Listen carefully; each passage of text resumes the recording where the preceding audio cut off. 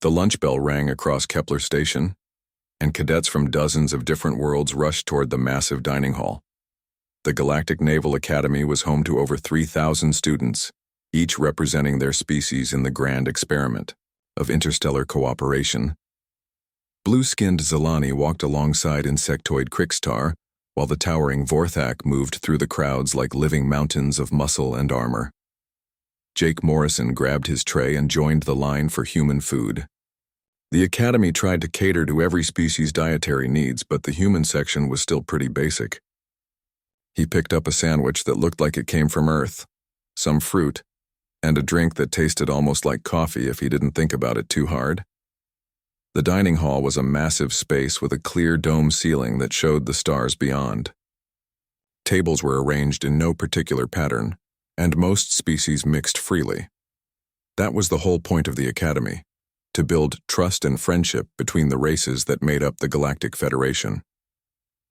Jake found an empty table near the window and sat down. He pulled out his tablet to review notes from his morning classes. Navigation through hyperspace was still giving him trouble, and he had a test coming up.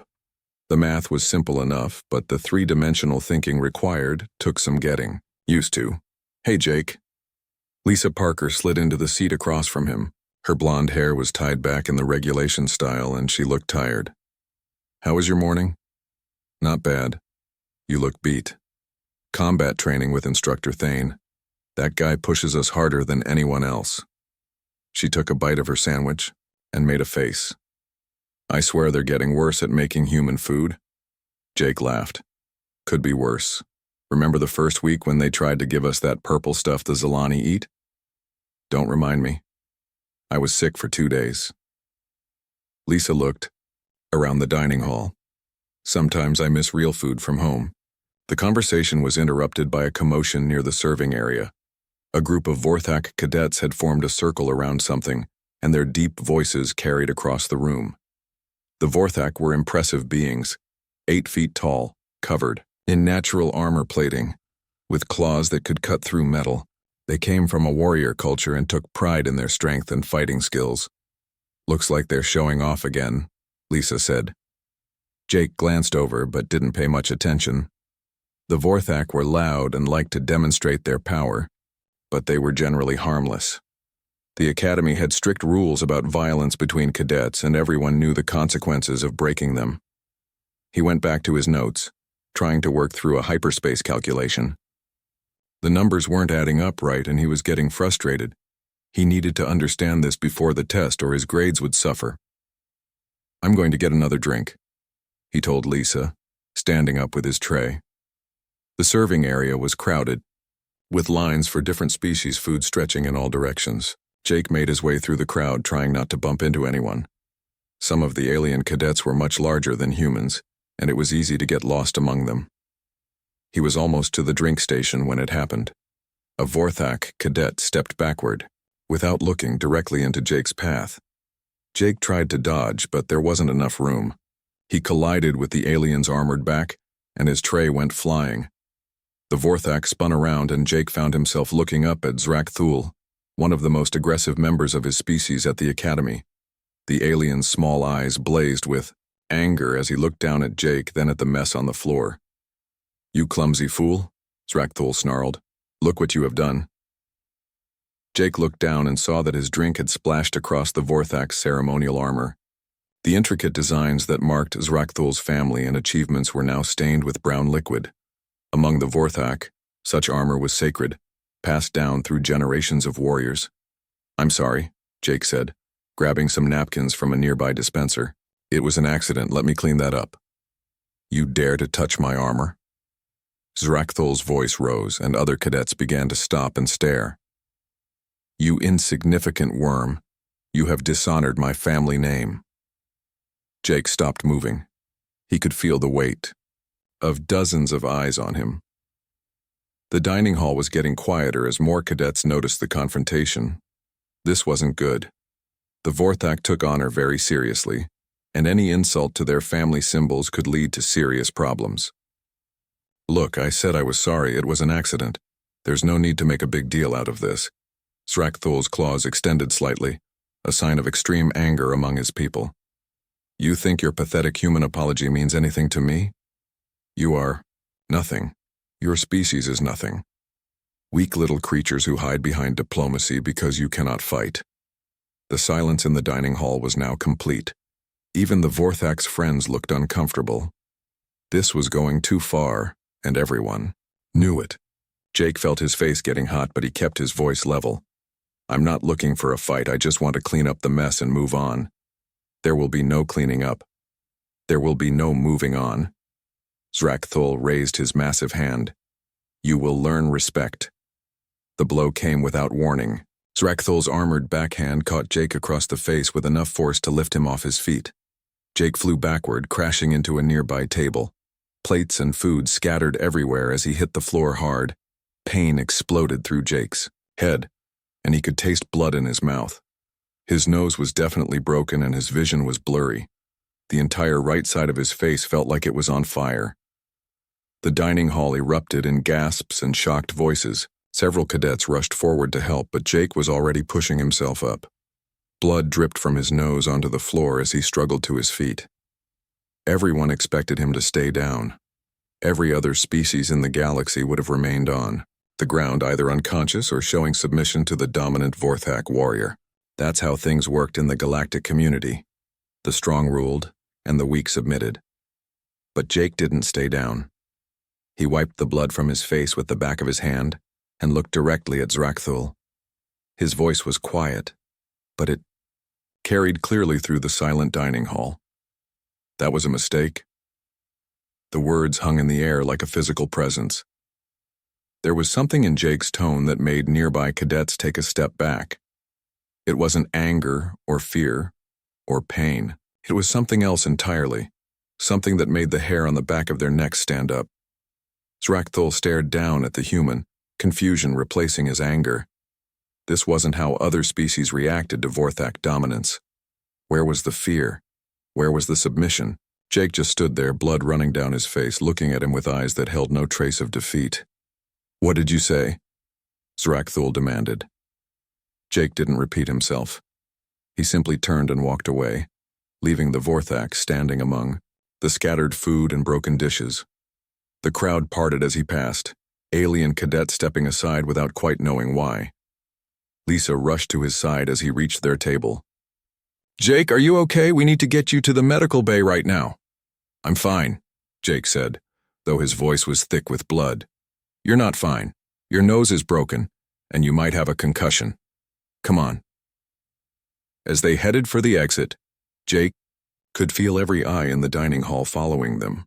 The alien cadets were whispering among themselves, trying to understand what they had just witnessed. The human hadn't fought back, hadn't submitted, hadn't done anything that made sense according to their understanding of how conflicts worked. Behind them, Zrakthul still stood in the wreckage of the incident, staring after the human who had just walked away from him. For the first time in his life, the Vorthak warrior felt something he had never experienced before. Uncertainty. The medical bay was quiet except for the soft hum of alien healing devices. Jake sat on the examination table while Dr. Kithara, a Zalani medic with pale blue skin and 4 arms, worked on his broken nose. Her touch was gentle, but Jake could see the concern in her large, dark eyes. The bone is fractured in 2 places, she said, running a scanner over his face. But it will heal properly with the nano repair treatment. You are lucky he did not strike you harder. Yeah, lucky, Jake muttered. Lisa paced back and forth across the small room. This is insane. Zrakthul should be expelled for this. There are rules against violence between cadets. He will claim it was a response to dishonor, Dr. Kithara said quietly. The Vorthak have special protections for their cultural practices. The Academy tries to respect all species' traditions, so he can just hit whoever he wants? Lisa's voice was getting louder. That's not fair. Jake winced as the doctor applied a healing gel to his nose. Drop it, Lisa, I'm fine. You're not fine, look at your face, and this isn't going to end here. The Vorthak don't forgive insults. He's going to keep coming after you until you submit to his authority. Then I guess we'll see what happens. Lisa stopped pacing and stared at him. What does that mean? Jake met her eyes. It means some lessons need to be learned the hard way. There was something in his voice that made both women uncomfortable. Dr. Cathara finished her work and stepped back. The treatment will take 3 days to complete. You should rest and avoid any strenuous activity. Thanks, Doc. As they left the medical bay, Lisa grabbed Jake's arm. Talk to me. What's going on in your head right now? Jake pulled free gently. Nothing's going on. I just want to get back to my room and study. Don't lie to me. I've known you for 2 years. You're planning something. I'm not planning anything. I'm just going to keep doing what I came here to do, learn and graduate. But Lisa wasn't convinced. She had seen that look in Jake's eyes before back on Earth during their final training exercises. It was the same expression he wore when he was working through a particularly difficult problem, turning it over in his mind until he found a solution. Word of the incident spread through the academy like wildfire. By evening, every cadet knew about the human who had been struck by Zrakthul and walked away without fighting back or showing submission. The alien students didn't know what to make of it. In the Vorthak dormitory, Zrakthul sat with his friends trying to understand what had happened. Galactic, his roommate, was polishing his ceremonial claws while listening to the story. You struck him with full force? And Galactic asked. Yes, hard enough to break his face and send him flying. And he got up? He got up, looked at me like I had done something wrong, then he walked away. Galactic's claws stopped moving. That makes no sense. Every species understands dominance display. The strong rule, the weak submit. It is the way of the galaxy. That's what I thought. But this human, he acted like the rules didn't apply to him. Maybe he is just stupid. The humans are new to galactic society. They probably don't understand how things work. Zrakthul shook his massive head. No, there was something else. When he looked at me, I felt... He paused, searching for the right word. I felt like he was evaluating me, like he was deciding something. Deciding what? I don't know, but it wasn't fear. It wasn't respect. It was something else entirely. Across the academy, other species were having similar conversations. The Krikstar, with their hive mind mentality, were particularly disturbed by Jake's behavior. To them, every action had a purpose within the group structure. A human acting outside expected patterns was deeply unsettling. Commander Veltar, the Zalani instructor who had been on duty during the incident, was writing his report in his office. The Zalani were known for their diplomatic skills and their ability to understand different cultures. But this human's reaction had him puzzled. He had intervened too late to stop the violence, arriving just as Jake was walking away. The cleanup crew was already working on the mess, and Zrakthul was standing in the middle of it all, looking lost. Commander, Zrakthul had said when Veltar approached, I struck the human for dishonoring my armor, but he did not respond properly. What do you mean? He should have submitted or challenged me to formal combat. Instead, he just left. What am I supposed to do with that? Veltar had no answer. In all his years of teaching mixed species classes, he had never encountered a situation like this. Every species had their own way of handling conflict, but they all followed certain basic patterns. The humans seemed to operate by different rules entirely. He finished his report and sent it to the Academy's leadership. This incident would need to be investigated, but he wasn't sure what the outcome would be. The Vorthak had acted within their cultural rights, but the humans' response had left everyone confused.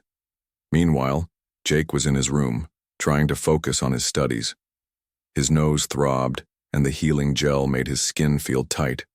But he ignored the discomfort and worked through his hyperspace navigation problems. Lisa knocked on his door around midnight. Can I come in? Sure. She entered to find him still at his desk, surrounded by textbooks and notes. You should be sleeping. The doctor said you need rest. I'll sleep when I'm done with this. Lisa sat on his bed and watched him work. You know, he's going to come after you again, right? The Vorthak don't let things go. This is just the beginning. Jake didn't look up from his calculations. I know. So what's your plan?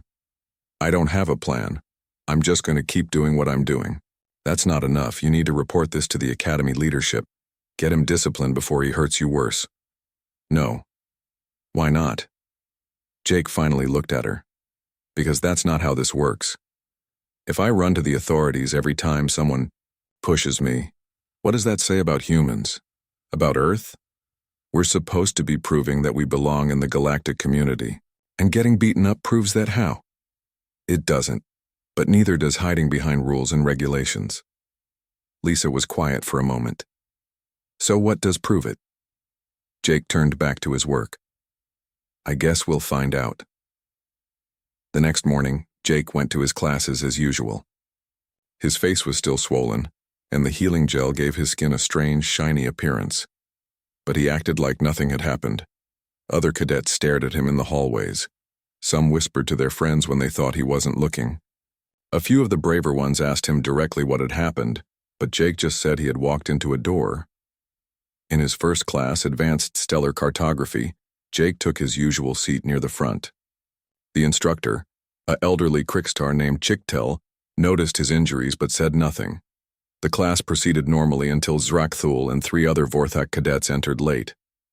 The Vorthak usually sat in the back, their large frames requiring specially reinforced chairs. But today, Zrakthul chose a seat directly behind Jake. The other students noticed immediately and tension filled the room. Chicktel continued the lesson, but everyone's attention was on the 2 cadets. Jake didn't turn around or acknowledge Zrakthul's presence. He took notes and answered questions when called upon, acting perfectly normal. Halfway through the class, Zrakthul leaned forward and whispered, "You cannot ignore me forever, human." Jake didn't respond. He kept writing in his notebook, his handwriting steady and calm. "I know you can hear me," Zrakthul continued. "You will show me proper respect, or I will teach you again."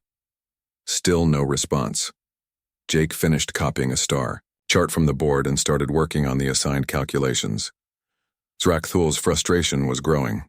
In Vorthak society, ignoring a warrior's challenge was the worst possible insult. But Jake wasn't challenging him or submitting to him. He was just existing, as if the Vorthak didn't matter at all. When class ended, Jake packed his materials and left without a word. Zrakthul followed him into the hallway, but Jake walked away at his normal pace, not hurrying or looking back. Other cadets watched this strange dance with fascination. The human was acting like nothing had happened, while the Vorthak warrior was clearly agitated. It was unlike anything they had seen before. By the end of the day, the entire academy was talking about the human who wouldn't fight back and wouldn't give up.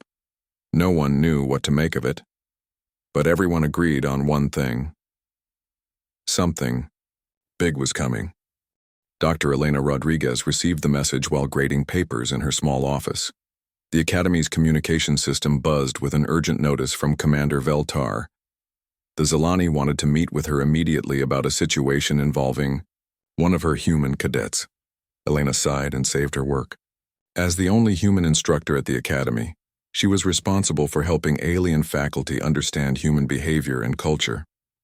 Most of the time, it was simple questions about human food preferences or sleeping habits. But sometimes, like now, it was more serious. Commander Veltar was waiting in his office when she arrived. The tall, blue-skinned Zelani looked troubled, his large eyes showing concern. "Dr. Rodriguez, thank you for coming. We have a problem with one of your students." "Which one?" "Jake Morrison. He was involved in an incident with a Vorthak cadet yesterday. The situation is unusual." Elena listened as Veltar explained what had happened in the dining hall, the assault, Jake's strange reaction, and the growing tension between the 2 cadets. When he finished, she was quiet for a moment. "What exactly do you want me to do?" she asked. "Help me understand. The human's behavior makes no sense. He should have either submitted to Vorthak dominance or challenged Zrakthul to formal combat. Instead, he just walked away. Now he's ignoring the Vorthak completely, which is making the situation worse." Elena nodded slowly. "I think I understand the problem. You're trying to apply galactic social rules to human behavior. Yes. All civilized species follow the same basic patterns for conflict resolution. Humans aren't like other species, Commander. Our social development followed a different path. What do you mean? Elna stood up and walked to the window. Outside, she could see cadets from dozens of worlds walking across the academy grounds. Most moved in predictable patterns based on their species' nature. The Vorthak traveled in small, aggressive groups. The Zilani walked in pairs, talking constantly. The Krikstar moved in perfect formation, their hive-mind coordination obvious to anyone watching. Maybe it's time the Academy learned more about human history, she said. Would it be possible to arrange a special lecture for the student body? I suppose so. But what would you tell them? The truth about what humans really are. The next evening, the Academy's main auditorium was packed. Word had spread that Dr. Rodriguez was going to give a special presentation about human culture, and curiosity about the strange species was high. Even many of the instructors attended. Jake sat in the middle section with Lisa and several other human cadets. He looked uncomfortable with all the attention, but he had agreed to come when Elena asked him personally. Zrekthul and his Vorthak friends occupied an entire row near the back. The warrior had been getting more aggressive over the past 2 days, trying to provoke Jake into some kind of response. But the human continued to ignore him completely, which only made things worse. Elena took the stage and looked out at the diverse crowd. Tonight I want to talk about something that I think many of you don't understand. You've all been taught that humans are a peaceful, diplomatic species, that we prefer negotiation to conflict, that we're physically weak compared to most galactic races. She paused and activated the large screen behind her. All of that is true, but it's not the whole truth. The screen showed a map of Earth rotating slowly. It looked peaceful from space, blue and green and beautiful. Let me tell you about the world that created humans, Elena continued. Earth is what we call a death world. The gravity is higher than most planets, the weather is violent and unpredictable. The native life forms are designed to kill and eat each other. A few alien cadets shifted uncomfortably. Death worlds were rare in the galaxy, and most species avoided them completely. Humans evolved on this world over millions of years. We weren't the strongest creatures there. We weren't the fastest or the most dangerous. But we survived because we developed 2 traits that made us different from every other species you know. The screen changed to show images of early human hunters. They were chasing a massive animal across an open plain, running for hours without stopping. First, we became persistence hunters. We didn't kill our prey with strength or speed. We killed them by never giving up. We would chase an animal for days, running it to exhaustion. Other predators would attack in short bursts of violence. Humans would just keep coming, hour after hour, until our prey collapsed from exhaustion. The alien cadets were listening intently. Now, this wasn't the gentle, diplomatic species they had been told about. The second trait was even more important. Humans learned to fight in groups, but not like a hive mind or a pack. We learned to coordinate complex strategies while thinking independently. We learned to plan for war. The screen showed images from human history. Ancient battlefields, medieval sieges, modern conflicts. The aliens watched in growing horror as Elena explained human warfare. Most species fight for territory or resources or dominance. When they achieve their goal, the fighting stops. Humans develop something different. We learned to fight total wars, where the only acceptable outcome was the complete destruction of the enemy. She showed them footage from Earth's world wars. Entire populations mobilized for conflict. Cities burning. Humans continuing to fight even when their situation was hopeless. We created weapons that could destroy entire planets. We developed strategies for fighting wars that could last for decades. We learned to accept casualties that would break any other species' will to fight. A Zilani cadet raised her hand. But, Dr. Rodriguez, humans are peaceful. You negotiate. You avoid conflict whenever possible. Elena smiled sadly. Yes, we do. Do you want to know why? The auditorium was completely silent. Because we know what lies beyond negotiation. We know what happens when diplomacy fails. Other species see our preference for peaceful solutions as weakness. We see it as mercy. She clicked to the next slide, showing human soldiers in various conflicts throughout history. They looked tired, determined, and absolutely without mercy. When humans fight, we don't fight for honor or glory or dominance. We fight to end the fight permanently. We fight to make sure we never have to fight that enemy again. The screen showed images of human endurance, soldiers continuing to fight with terrible wounds, civilians refusing to surrender even when their cities were destroyed, humans in impossible situations who kept fighting anyway. You want to understand Jake Morrison's behavior? He's not ignoring Zrakthul out of fear or weakness. He's giving the Vorthak a chance to stop this conflict before it escalates beyond control. Elena looked directly at Zrakthul as she spoke. Humans have a saying, walk softly and carry a big stick. It means we prefer to avoid violence, but we're always prepared for it. Another saying, if you want peace, prepare for war. The final slide showed a quote in simple text. The most dangerous person is someone who has nothing left to lose. Humans learned long ago that the best way to win a fight is to make sure the other side doesn't want to fight at all. We achieve this by being so thoroughly prepared for violence that others choose peaceful solutions instead. Elena turned off the screen and faced her audience. Jake Morrison is being patient because patience is a weapon. He's showing restraint because restraint is a choice, not a weakness. But if someone keeps pushing, if they refuse every opportunity for peaceful resolution, she let the sentence hang in the air. Well, then they'll learn why humans survived on a death world when stronger, faster, more dangerous species went extinct. The auditorium was dead quiet as Elena left the stage. Alien cadets sat in stunned silence, trying to process what they had heard. They had been thinking of humans as weak newcomers to galactic society. Now they were beginning to understand that they might have been very, very wrong. In the back row, Zrakthul stared at the empty stage with new eyes. For the first time since the incident began, he wondered if maybe he should have apologized for the accident instead of striking the human. But it was too late for that now. Too much had happened. His honor was at stake, and backing down would make him look weak in front of the entire academy. He would have to see this through to the end, whatever that meant. Jake sat quietly in his seat, watching other cadets file out of the auditorium. Some of them looked at him differently now, with new understanding and perhaps a little fear. Lisa leaned over and whispered, "Did you know she was going to say all that?" Jake shook his head. "But she's not wrong." "About what?" Jake stood up and gathered his things. "About patience being a weapon. About giving people a chance to choose a different path. And if they don't choose differently?" Jake looked at her, with eyes that suddenly seemed much older than his 22 years. Then they learned why it was a mistake to push a human too far. The days following Dr. Rodriguez's lecture brought an uncomfortable tension to the academy. Alien cadets who had previously ignored the human students now watched them with new interest and wariness.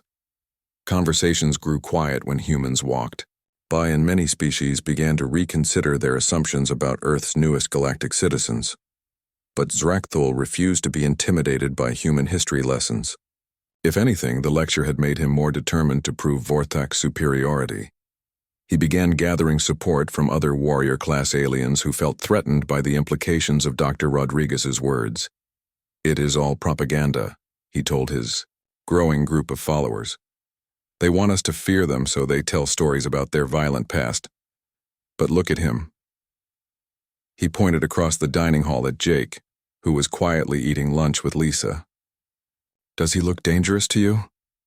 Greltok, his roommate, wasn't so sure anymore. "Maybe we should leave this alone. The human has not challenged you. He has not caused any more problems." "That is exactly the problem," Zrakthul snarled.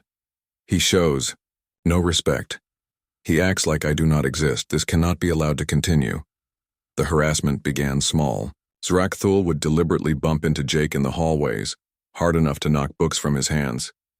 Jake would simply pick up his materials and continue walking, never saying a word or showing any reaction. During classes, Zrakthul and his friends would whisper insults just loud enough for Jake to hear. comments about weak humans and their pathetic attempts to intimidate superior species. Jake would take notes and participate in discussions as if nothing was happening. The other cadets watched these incidents with growing unease. They had expected Jake to either fight back or report the harassment to Academy officials. Instead, he seemed to absorb each provocation with an eerie calm that made everyone uncomfortable. Lisa was getting frustrated with Jake's passive response. "This has gone on long enough," she said one evening as they studied in the library. "You need to do something before this escalates further." "Like what?" Jake asked, not looking up from his engineering textbook. "Report him. Get Academy security involved. Show them Dr. Rodriguez's lecture wasn't just empty threats." Jake finally raised his eyes to meet hers. "You think I should prove I'm dangerous by running to authority figures for protection?" "I think you should prove you're not a pushover." "I'm not a pushover, Lisa. I'm being patient. There's a difference between patience and being a victim." Jake closed his book and leaned back in his chair. "My grandfather fought in 3 different wars back on Earth. He told me something once that I've never forgotten." "What?" "He said the most important thing in any conflict is to make sure your enemy chooses the time and place of the fight. Because if you let them decide when and where, you've already lost half the battle." Lisa stared at him. "What does that mean?" "It means Zrakthul thinks he's controlling the situation. He thinks he can push me until I break or fight back on his terms, but he's wrong." "So what are your terms?" Jake opened his book again. "I guess we'll find out." The breaking point came during combat training 3 days later. The Academy's gymnasium was divided into sections for different types of martial arts and weapons practice. Each species had their own traditional fighting styles, and cadets were encouraged to learn from each other. Jake was working through basic human boxing combinations on a training dummy when Zrakthul approached with 2 other Vorthak cadets. The alien warriors were carrying practice weapons, blunted versions of their traditional claws and clubs. "Still playing with your little human games?" Zrakthul said loudly, making sure other cadets could hear. "Perhaps you would like to try real combat training." Jake continued hitting the dummy, his movements precise and controlled. Left jab, right cross, left hook. The combination was simple, but powerful. "I am talking to you, human." Zrakthul stepped closer, invading Jake's personal space. "Or are you too afraid to face a real warrior?" Jake finished his combination and turned to face the Vorthak. "I'm training. If you want to use this equipment, you'll have to wait your turn." "I do not want your equipment. I want to test your abilities against mine. I'm not interested in sparring with you." Zrakthul's eyes blazed with anger. "Of course you are not, coward. You know you would lose." Jake stepped away from the training dummy. "If you'll excuse me, I need to get to my next class." As Jake walked toward the exit, Zrakthul made his move. He swung his practice club in a wide arc, aiming for Jake's back. It was supposed to look like an accident, but everyone in the gymnasium could see it was deliberate. The club struck Jake between the shoulder blades with enough force to drive him to his knees. Pain shot through his back and ribs as he hit the floor. Several cadets gasped, and Instructor Thane, who had been working with another group, turned to see what had happened. "Oops," Zrakthul said with mock concern. "I was just practicing my swing. I did not see you there." Jake stayed on his knees for a moment, breathing carefully. He could feel something wrong in his ribs. At least 2 were cracked, maybe broken. The pain was sharp and got worse when he tried to move. Instructor Thane rushed over. "Morrison, are you injured?" Jake struggled to his feet, one hand pressed against his side. "I'm fine, sir, just lost my balance." "That looked like a serious impact. You should go to the medical bay." "I said I'm fine." Thane looked between Jake and Zrakthul, clearly understanding what had really happened. But without proof of deliberate intent, there was little he could do. "Very well, but I want you to report to Dr. Cathara after class for examination." Jake nodded and walked slowly toward the exit. Each step sent waves of pain through his chest, but he kept his expression neutral. Behind him, he could hear Zrakthul laughing with his friends. That evening, Jake sat alone in his room, taping his ribs with medical bandages Dr. Cathara had given him. The Zalani doctor had confirmed 2 cracked ribs and extensive bruising. She had wanted to keep him in the medical bay overnight, but Jake had insisted on returning to his room. Lisa found him there an hour later, carefully pulling on a loose shirt. "I heard what happened in the gym." "Nothing happened. I got clumsy and fell down." "Stop lying to me. Everyone saw what Zrakthul did." Jake winced as he raised his arms. "Did they? Because Instructor Thane seemed to think it was an accident." "You know it wasn't an accident. Knowing something and proving it are different things."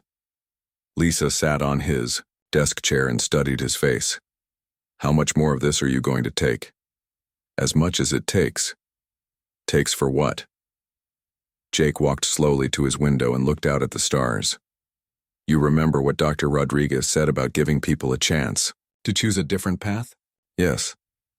Zrakthul is choosing his path. Every day, every incident, every escalation. He's making a choice. And what choice is that?" Jake turned back to face her. "He's choosing to find out what happens when you push a human too far." There was something different in Jake's voice now. The calm patience was still there, but underneath it was something harder, something that made Lisa take a step back without quite knowing why. "Jake, you're scaring me." "I'm not trying to scare you. I'm trying to explain something important." He sat carefully on his bed, favoring his injured ribs. "All my life, people have told me that violence doesn't solve anything, that fighting makes you the same as your enemy, that there's always a better way. Those are good lessons. They are. But they're incomplete." Jake met her eyes. "Sometimes violence is the only language certain people understand. Sometimes fighting is the only way to stop a bully. Sometimes there isn't a better way. So what are you saying?" "I'm saying that every human learns eventually that there's a difference between being peaceful and being harmless. Dr. Rodriguez tried to explain that to the Academy, but some people need to learn it firsthand." Lisa felt a chill run down her spine. "And Zrakthul is going to learn it firsthand?" Jake lay back on his bed, staring at the ceiling. "He's going to learn something. What exactly depends on how far he wants to push this. What if he pushes it too far?" Jake was quiet for a long moment. When he spoke, his voice was barely above a whisper. "Then he's going to discover why humans survived on a death world when bigger, stronger, more dangerous species went extinct." Outside their window, the stars looked cold and distant. Somewhere among them was Earth, the world that had shaped humanity into something unique in the galaxy. A species that preferred peace but was terrifyingly good at war. Tomorrow would bring new challenges, new provocations, new choices. And somewhere in the Academy, a Vorthak warrior was about to learn that there are some mistakes you can only make once. The Academy's annual combat trials were the biggest event of the year. Cadets from every species demonstrated their fighting techniques, while instructors evaluated their progress. It was part competition, part cultural exchange, and part entertainment. For the Academy community, Jake had not planned to participate. His ribs were still healing, and Dr. Cathara had advised against any strenuous activity. But when the sign-up sheets appeared, Zrakthul made a public announcement in the dining hall. "I challenge the human Jake Morrison to face me in the combat trials," the Vorthak declared, his voice carrying across the room. "Unless he is too afraid to accept." Every conversation stopped. Hundreds of alien eyes turned to Jake, who was quietly finishing his breakfast. Lisa grabbed his arm under the table, but Jake gently pulled free and stood up. "I accept," he said simply. The crowd erupted in surprised murmurs. No one had expected the human to agree to face a Vorthak warrior in single combat. It seemed like suicide. Zrakthul smiled, showing his sharp teeth. "Excellent. We will settle this properly in front of everyone." Jake nodded and walked away without another word. Behind him, excited chatter filled the dining hall as cadets began placing bets on the outcome. Most favored Zrakthul to win quickly and decisively. The combat trials were held in the Academy's main arena, a large circular space with seats for over 2,000 spectators. The fights would be monitored by medical teams and referees to prevent serious injury or death. Dr. Rodriguez found Jake in the preparation area an hour before his match. He was sitting quietly, taping his hands with white cloth strips. "Are you sure about this?" she asked. "It's not too late to withdraw." "I'm sure. Jake, I gave that lecture to help people understand human nature, not to push you into a fight you can't win." Jake looked up at her. "Who says I can't win? He's twice your size, covered in natural armor, and armed with claws that can cut through steel. You're injured and fighting with your bare hands. Dr. Rodriguez, do you remember what you said about humans being persistence hunters?" "Yes. We didn't kill our prey by being stronger or faster. We killed them by understanding something they didn't." "Which was?" Jake finished taping his hands and stood up. "That sometimes the hunt isn't about catching your prey.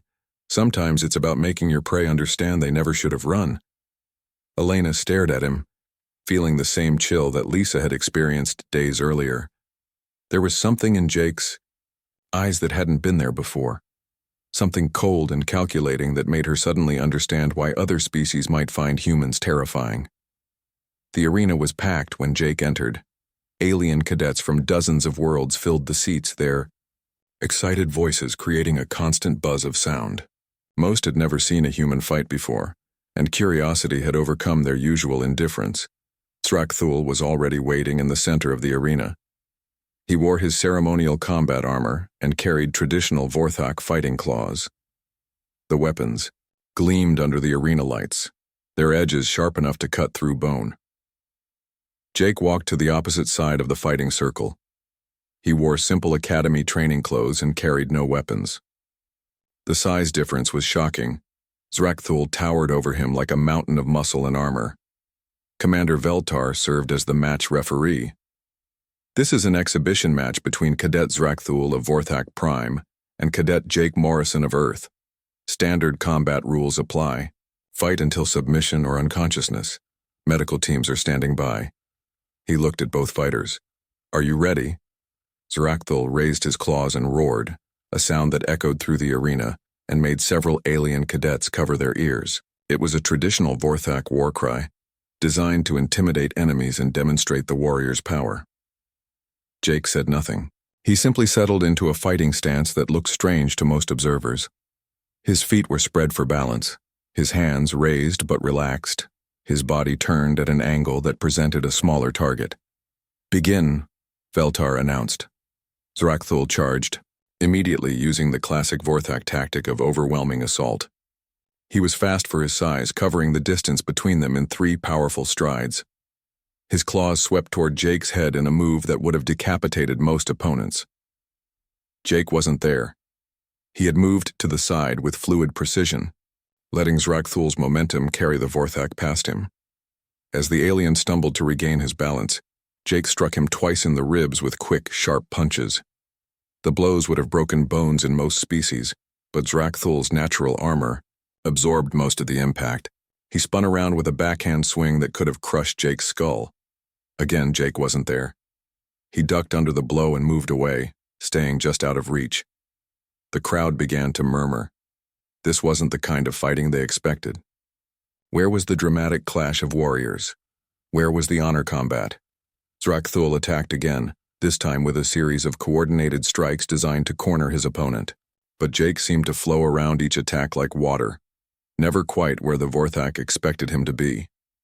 Minutes passed. Zrakthul grew more frustrated with each missed attack. His breathing became heavier, his movements less precise. The Vorthak were built for short explosive fights, not extended combat. Jake, meanwhile, seemed completely calm. He absorbed the Vorthak's aggression and turned it against him, using Zrakthul's own momentum to make him stumble and overextend. Each time, the alien swung his claws. Jake was somewhere else, landing quick strikes on joints and pressure points. "Stand still and fight," Zrakthul snarled during a brief pause. "I am fighting," Jake replied quietly. But he wasn't fighting like a warrior seeking honor or glory. He was fighting like a predator wearing down its prey. Every movement was calculated, every strike targeted at specific weaknesses. He wasn't trying to match Zrakthul's strength. He was systematically destroying the Vorthak's ability to use that strength effectively. The alien cadets in the crowd began to understand what they were watching. This wasn't a traditional combat between warriors. This was something much more disturbing. The human was hunting. Zrakthol's attacks became wilder as exhaustion set in. His natural armor was still intact, but his joints were swelling from repeated impacts. His breathing was labored and sweat poured down his face. Jake remained untouched. He had absorbed some glancing blows, but nothing serious. His own breathing was steady, his movements still precise. He looked like he could continue for hours. "What is wrong with you?" Zrakthol gasped. "Why will you not fight properly?" Jake stopped moving and stood perfectly still for the first time since the match began. "You want to know how humans really fight?" "Yes. We don't fight for honor. We don't fight for dominance. We don't fight to prove we're superior." Jake's voice carried clearly through the silent arena. "We fight to end fights." What happened next would be talked about at the academy for years to come. Jake didn't attack with wild aggression or dramatic technique. Instead, he moved with surgical precision. A strike to Zrakthol's knee that dropped the Vorthak to one leg. A blow to his wrist that made him drop his claws. Another hit to his solar plexus that doubled him over, gasping for air. In 10 seconds, the unstoppable Vorthak warrior was on his knees, defenseless and struggling to breathe. Jake stood over him, completely unhurt and barely breathing hard. "Yield," Jake said quietly. Zrakthol looked up at him with new understanding. For the first time in his life, the proud warrior felt something he had never experienced before. True fear. Not fear of death or pain, but fear of something far worse. Fear of an enemy who fought not with passion or anger, but with cold, calculated efficiency. "I yield," he whispered. The arena was silent except for Zrakthol's labored breathing. Jake helped the Vorthak to his feet, supporting him until medical teams arrived. "Now you understand," Jake said as the medics led Zrakthol away. "This never had to happen. You chose this path every step of the way." In the stands, alien cadets sat in stunned silence. They had expected to see a human beaten and humiliated. Instead, they had witnessed something that challenged everything they thought they knew about warfare, about strength, and about the species that called Earth home. Dr. Rodriguez watched from the faculty section, her face pale. She had tried to warn the academy about human nature, but seeing it demonstrated was something else entirely. Commander Veltar approached Jake as he left the arena. "That was educational. It was necessary," Jake replied. "Will there be any more problems between you and the Vorthak cadets?" Jake looked back at the arena where Zrakthol was being treated by medical teams. "I don't think so. They understand now." "Understand what?" "That humans don't fight because we enjoy it. We fight because we're very, very good at it. And sometimes, the only way to keep the peace is to remind people why war is a bad idea." Over the following days, Jake's life at the academy changed completely. Alien cadets who had previously ignored or dismissed humans now watched them with wary respect. Zrakthol, once he recovered, became one of Jake's most vocal supporters, having gained a deep appreciation for human restraint.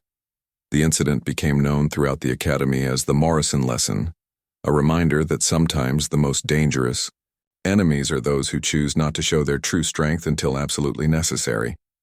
And in the academy's official records, Dr. Rodriguez added a simple note to the human species file: "Diplomatic solutions strongly recommended. Alternative approaches not advised." The galaxy had learned something.